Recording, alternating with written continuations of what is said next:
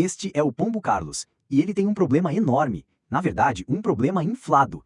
Carlos vive em uma grande praça no centro da cidade, junto com milhares de outros pombos. Mas ultimamente, o milho que ele compra todo dia para sobreviver está custando o dobro de penas. E isso não é só azar do Carlos. Toda a praça está ficando mais cara. O que antes eram 10 grãos por uma moeda, agora mal dá para comprar 5. É como se o ar tivesse enchido os preços até explodirem. Esse mistério é chamado de inflação, ou como Carlos gosta de chamar, o dia em que meu estômago ficou mais vazio que uma estátua sem pombos. Carlos percebeu que o problema não era só dele. De repente, parecia que os grãos de milho estavam sumindo do nada. O mesmo punhado que antes enchia o papo, agora mal dava para beliscar. Mas os grãos não estavam simplesmente evaporando no ar. Era a moeda do pombo que estava perdendo valor. Cada moedinha comprava menos e menos. E adivinha, nenhum pombo entendia direito o porquê. É como se a praça inteira tivesse entrado num truque de mágica ruim. Os grãos continuavam lá, mas custavam o dobro de moedas. E os pombos? Só ficavam de bico aberto tentando entender para onde o milho tinha ido. A grande revelação veio quando Carlos descobriu que a prefeitura dos pombos tinha começado a, digamos, imprimir milho.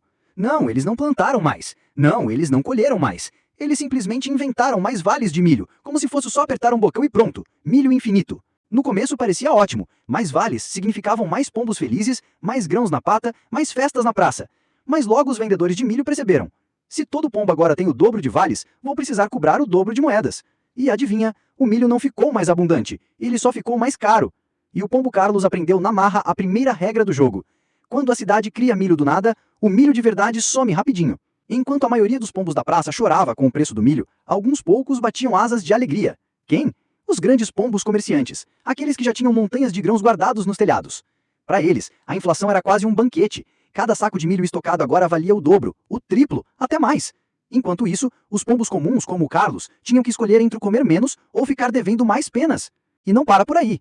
Os bancos de ninhos também adoravam a confusão. Eles emprestavam moedas com juros altos, sabendo que os pobres pombos iam precisar de crédito só para não passar fome. No fim, Carlos percebeu que a inflação não é só um mistério de pombo economista de gravata. Ela está aterrissando direto no papo dos pombos comuns. De repente, o milho custava mais. O aluguel do ninho subiu. Até a estátua da praça, onde os pombos sempre descansavam, começou a cobrar mais caro pela taxa de pouso. E não era só gastar mais. As moedas que Carlos já tinha guardado valiam menos a cada semana. Era como se as suas economias estivessem encolhendo sem ele gastar nada. E no fim, inflação para o pombo comum significa isso. Menos milho, mais dívida e asas cada vez mais cansadas para sobreviver.